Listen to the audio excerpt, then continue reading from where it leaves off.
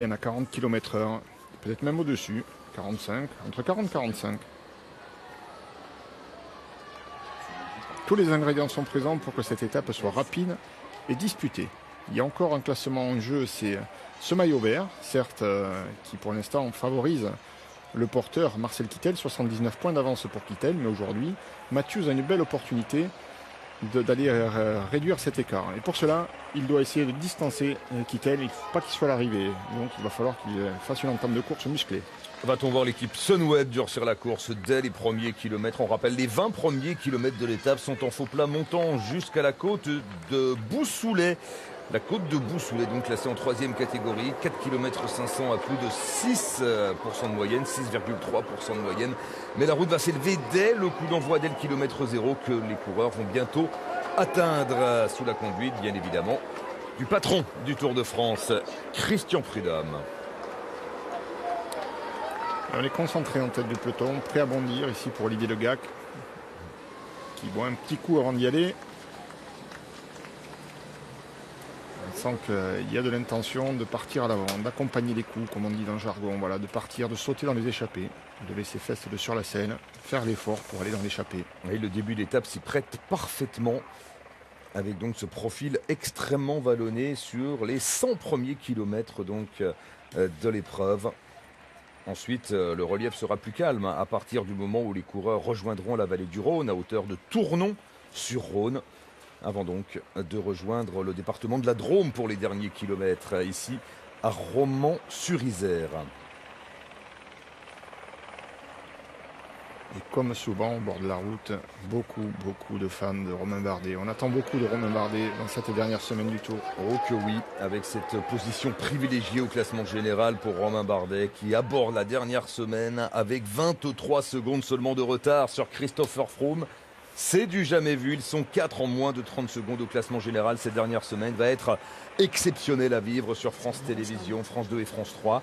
On peut s'attendre à du grand spectacle. Aujourd'hui, bien sûr, avec des acteurs sans doute différents. Et dès demain, avec la très haute montagne, puisque demain, les coureurs sur la route de Serre Chevalier vont escalader 2 géants du Tour de France, avec l'ascension du col de la Croix de Fer et l'ascension du col du Galibier, le sommet du Tour de France à 2640 mètres d'altitude. Mais avant cela, eh bien, régalons-nous avec cette étape entre le Puy-en-Velay et Romans-sur-Isère. C'est l'approche du massif alpin, aujourd'hui donc à travers les départements de la Haute-Loire, de l'Ardèche et bien sûr de la Drôme. Parce que la Drôme, c'est au pied du Vercors et le Vercors, c'est les Préalpes. On se rapproche de ce dernier grand massif du Tour de France 2017. Un Tour de France toujours aussi indécis.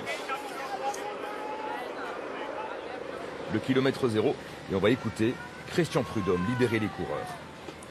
Pour le départ réel de cette 16e étape.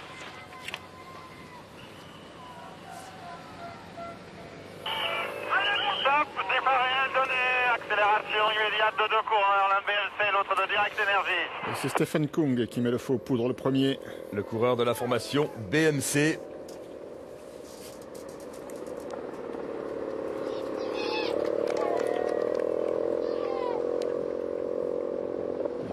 Suivi évidemment par tous ceux qui se disent cette échappée peut aller au bout aujourd'hui, parce qu'il y a cette possibilité également de voir une échappée aujourd'hui arriver à bon port et se disputer la victoire d'étape. Beaucoup de coureurs, la grande majorité, sont très loin au classement général et ont donc une très grosse marge de manœuvre. Il peut y avoir un intérêt à durcir la course pour Matthews et de façon à piéger Kittel, pourquoi pas. Et Kittel doit montrer dans ses premiers kilomètres qu'il est fringant, qu'il a bien récupéré et qu'il est bien mieux en tout cas qu'avant avant ce jour de repos où on a senti quand même qu'il était un petit peu usé par les Pyrénées notamment. Allez, est-ce que l'équipe Sunweb a les moyens justement de durcir la course pour mettre Marcel Kittel hors jeu? Ça nous rappelle un peu le scénario de l'étape d'Albi sur le Tour de France 2013 lorsque l'équipe Liquigas de Peter Sagan avait laminé le peloton et notamment les sprinteurs durant toute la journée pour permettre à Sagan de régler au sprint un peloton réduit à Albi. C'est peut-être l'objectif de la formation Sunweb aujourd'hui.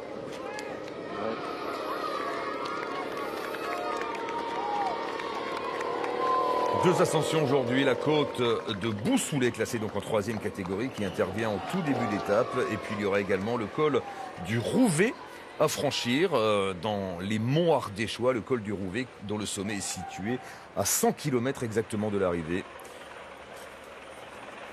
2 ascensions répertoriées donc au classement de la montagne, une côte de 3e catégorie, un col classé lui en 4e catégorie, mais beaucoup plus de relief que cela sur la route du Tour, surtout dans les 100 premiers kilomètres.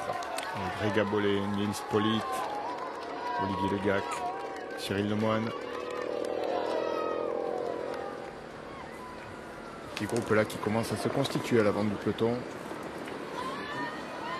Mais on les aperçoit là-bas, ils sont une dizaine, mais ça continue de relancer avec l'équipe Lotto, notamment Lotto Soudal. Premier kilomètre très animé, c'est l'heure de retrouver justement à l'avant de la course sur la moto numéro 1, Cédric Vasseur. Salut Cédric. Bonjour messieurs, bonjour à toutes et à tous. Très heureux de vous retrouver au lendemain d'une belle journée de repos. Sur une étape difficile parce que le départ, vous l'avez dit, est compliqué. On a un vent de face qui souffle assez fort et puis on a surtout des coureurs qui sont déjà partis sur les chapeaux de roue. Une belle journée, 30 degrés ce matin, marquée évidemment par la chaleur aujourd'hui, mais attention au vent. Je vous parlais de ce vent qui était présent aujourd'hui, il est de face pour le moment et on annonce un fort vent latéral dans la deuxième partie de course. Donc beaucoup de choses peuvent arriver aujourd'hui sur cette étape. Merci beaucoup Cédric et on suit avec attention les premiers mouvements à l'avant de ce peloton et bien évidemment l'échappée qui tente de se constituer avec l'équipe Katusha, avec Stéphane Kung, toujours lui aux avant-postes, avec Guillaume Van Kersbulk également pour la formation ou anti-groupe Gobert. Et Gabolet, Thomas Bouda. On avait également Marcus Burghardt bien sûr. Là voici le champion d'Allemagne. Castroviejo, Jan Backlands pour la G2R la mondiale. On se relaie avec beaucoup d'entrain dans l'échappée pour l'instant. Et ça relance constamment en tête du peloton.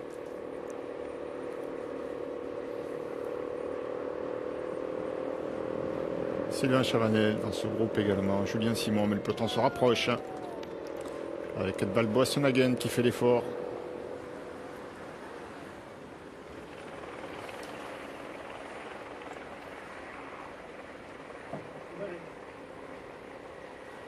Allez, un groupe de 15 coureurs pour l'instant donc à l'avant, avec derrière 2 grappes de coureurs qui tentent de faire la jonction. «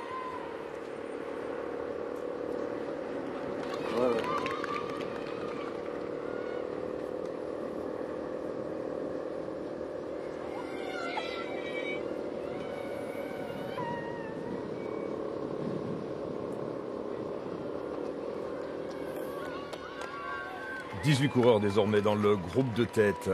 3 coureurs intercalés pour l'instant. Mais c'est toujours extrêmement agité à l'avant de ce peloton dans ses premiers kilomètres de course.